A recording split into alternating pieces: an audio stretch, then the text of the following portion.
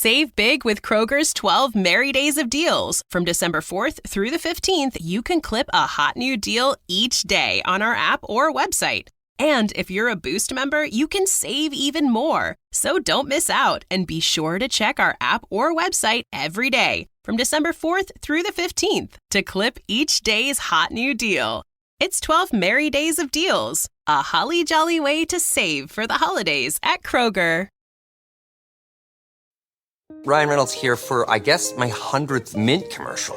No, don't. I mean, honestly, when I started this, I thought I only have to do like 4 of these. I mean, it's unlimited premium wireless for $15 a month. How are there still people paying 2 or 3 times that much? I'm sorry, I shouldn't be victim blaming here. Give it a try at mintmobile.com/save. Whenever you're ready. $45 upfront payment equivalent to $15 per month. New customers on first 3-month plan only. Taxes and fees extra. Speed slower above 40 gigabytes. See details.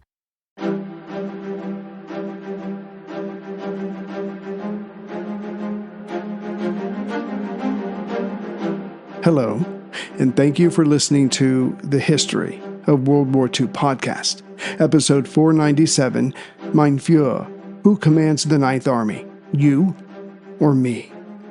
Last time, though most of Stalin's January counterattacks were stymied, the one around Rzhev was not. As the German Ninth Army struggled to hold back the Soviet tide, other Russian forces had swung around Rzhev and were now heading south. Trying to meet them was the Soviet 50th Army coming from the east. But just in case these two could not meet up, some 10,000 Soviet paratroopers were to be dropped in between them. If things went well, several German armies would be encircled.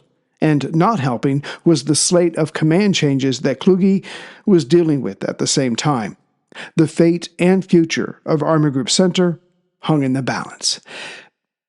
And yet, this was January 1942.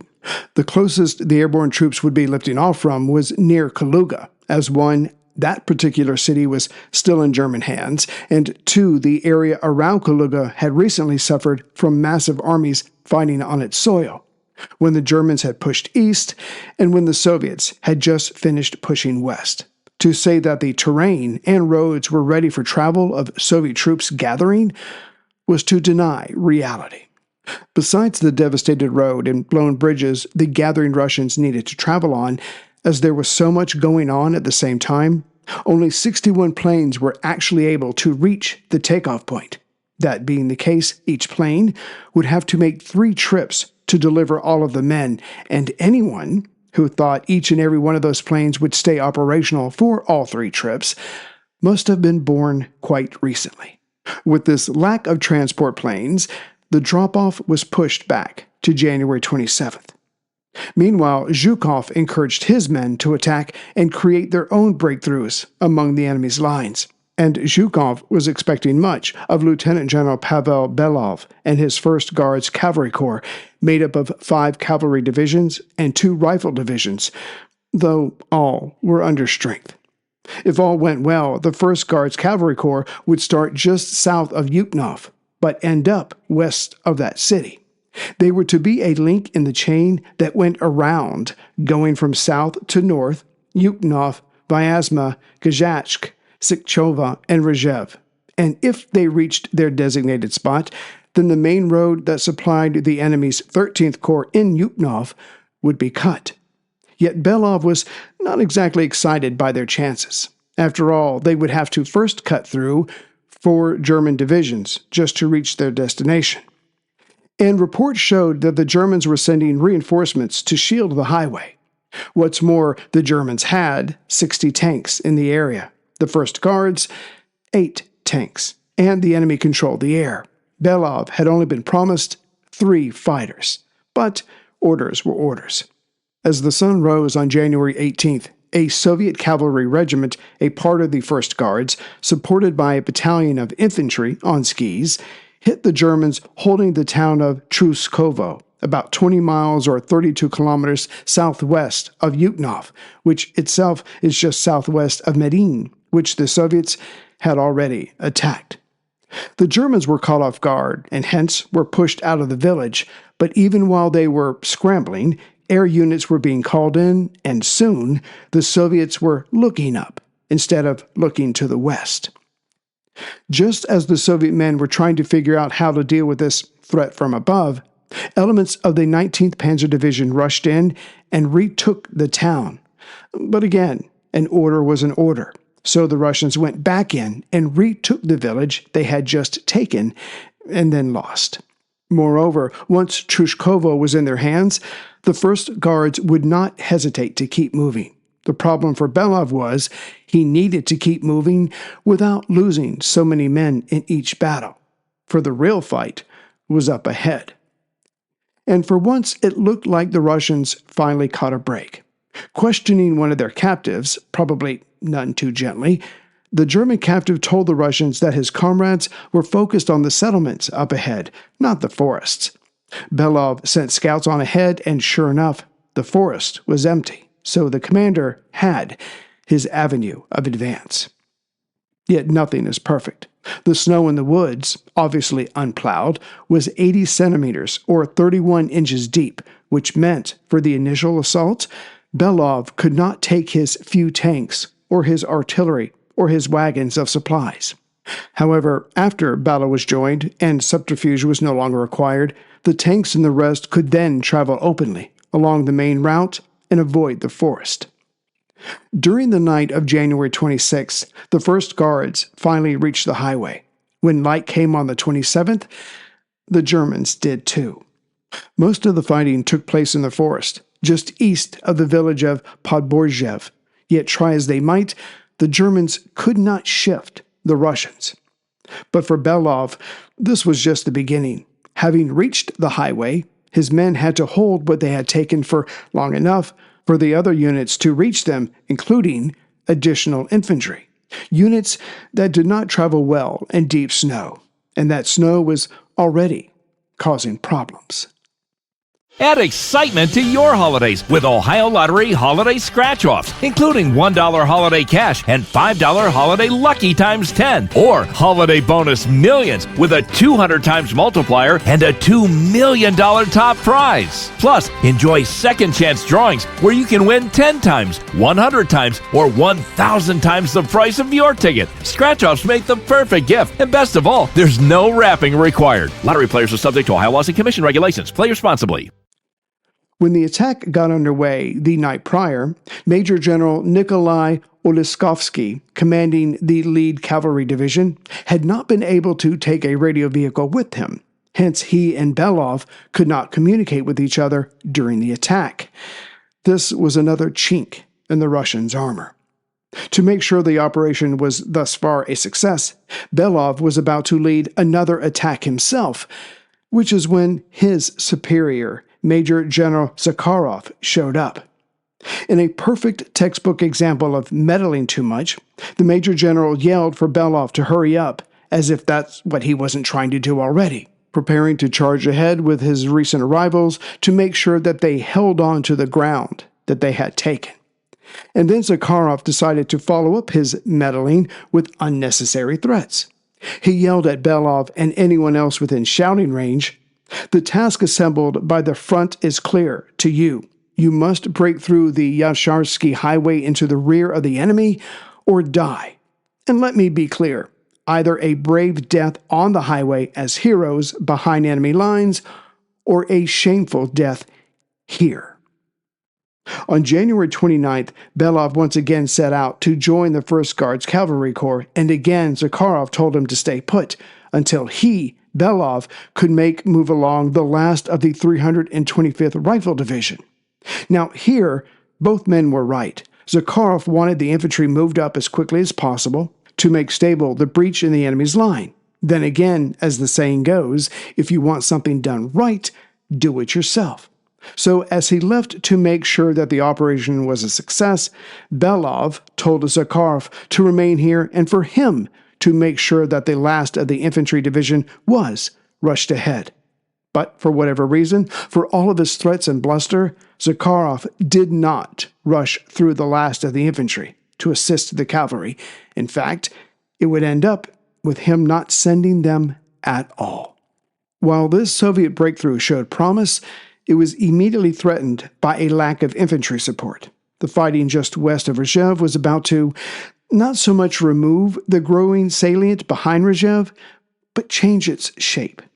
And this would not end the way that Stalin thought it would, or should. Back to the Ninth Army, now commanded by General Model, he found that one of his corps had been pushed west. It had been just behind Rzhev, acting as a reserve, as the men of the Kalinin front had come around Rzhev and were now pushing south. In other words, the Russians were now in between Rzhev and that corps. Model was not happy about having one of his corps isolated, and then he saw how he could turn his problem into a solution and a problem for the enemy. As Ninth Army now had forces to either side of the growing salient, he would order them to come together and thus cut the growing bulge in half. But there was more. He also had a third unit near the town of Sikchovka, about 28 miles or 47 kilometers south of Rzhev, and he would have them rush north, and thus the head of the Russian salient would be attacked on three sides. Complete destruction, and even better, as both Rzhev and Vyazma were threatened, this would go a long way to safeguarding them.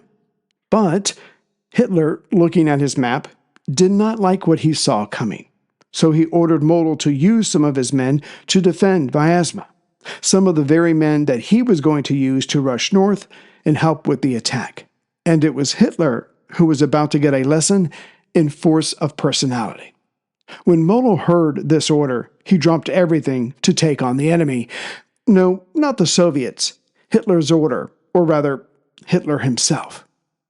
Model went to Vyazma, climbed aboard a plane that took him to Radensburg in modern northeastern Poland to meet the Führer, and when they came face to face, Model simply said, "Mein Führer, who commands Ninth Army, you or me?" Now, it had been at least since 1933 that anyone had spoken to Hitler like that, thus he was caught off guard. But the man with the miniature mustache finally regained his composure and started to explain his order, another thing he was not used to doing. But before he could get very far, Model made it clear, as if he was talking to a very strong-willed child, that he would not be altering his plans for his forces. Hitler eventually gave in, but ended his side of the conversation with, "Model, you will answer for any mistakes or defeats." With that bit of unpleasantness cleared up, the Germans attacked the salient the next day, January 21st.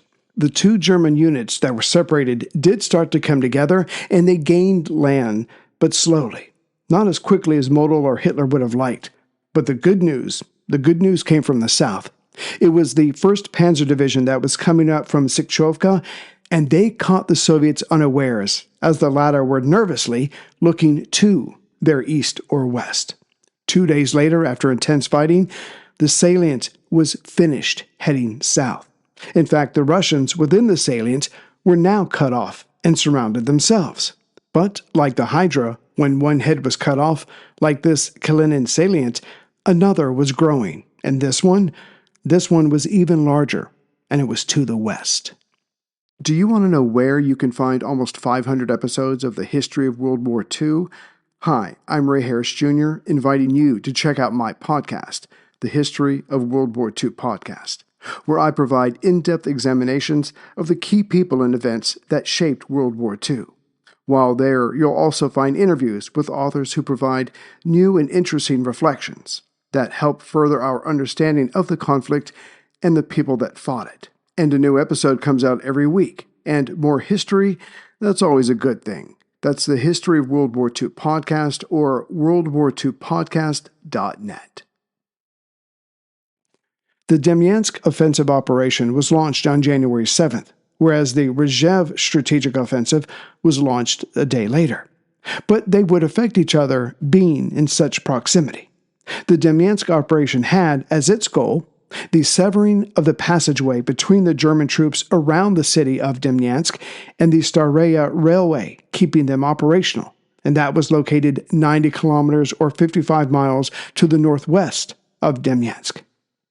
As Lake Ilmen is just north of Staraya, if the Russians, in force could reach this area, not only would it hurt the German 16th Army, but it would put a substantial enemy force behind Army Group Center. But more on the Demyansk operation soon. For now, suffice it to say, when units from the Soviet Northwest Front pushed out, further above Rzhev, they found little opposition in front of them. Unlike the 1st Guards Cavalry that had to contend with 4 German divisions just to get into a place to help with the encirclement around Rzhev, so these Russians of the Northwest Front kept going. But then, the results of inexperience raised its ugly head. As the lead units of the Northwest Front, giddy with no opposition and gaining ground that looked good on a map, not to mention reports back to Moscow, these 2 units went in different directions. This lucky break was quickly becoming an uncoordinated thrust. But as the 2 formations got further from each other, their ability to assist each other became less possible. Getting back to the present, as the Soviet Rzhev salient became encircled, the Northwest Front units closest to the Kalinin Front were given over to that front's commander, Colonel Lieutenant Konev. But these units on their own were not strong enough to save those who were trapped. And just like that, the Soviet airborne operation, which was to have been the last piece of the puzzle, now became a last-ditch rescue operation. On January 29th, the Soviet airborne troops were dropped near Vyazma, located just over 50 miles or 80 kilometers due south of Rzhev, and about 30 miles or 48 kilometers northwest of Yuknov. As if their new assignment wasn't close enough to impossible, their odds were increased as everything that could go wrong with an airborne operation did. The weather was bad, scattering planes and paratroopers, drop supplies were lost in the snow, and communications were at best spotty. Whereas the Germans, figuring out pretty quickly that there was a large airdrop, reacted quickly and efficiently. First, they bombed the airfields that were used for takeoff, while their fighters took out as many of the transport planes as possible. So when the sun went down on January 29th, only 12 of those 60 aircraft were still operational. For all of this, some Soviet officers of the paratroopers, knowing that success and their lives were on the line, pulled it together and found as many men as they could. Then they did the best they could with what they had, raiding villages, roads, and railways, those they could reach just west of Vyazma. The next 30 days was anything but efficient fighting on either side. Army Group Center had to spend men and equipment on hunting down the paratroopers while providing escort for road convoys, while the Soviets, in the form of the Western and Kalinin fronts, could not reach the paratroopers to rescue them or to close their own circle. As for the Soviet troops of the Northwest Front that enjoyed a brief period of no combat, followed by causing headaches for the Germans, well, their days of ease was over. It was back to the war, as they were pressured to head to the northwest and out of Army Group Center's rear area. But the greatest turnaround for this Rzhev operation was that the very forces that were to have encircled the enemy were now themselves surrounded, specifically that being Major General Belov and his 1st Guards Cavalry Corps. They were now surrounded, but fortunately, all Major General Zakharov, his superior, had to do was use the infantry that he had to keep the corridor open. This would allow the cavalry to escape. But Zakharov would not. Belov and company were on their own.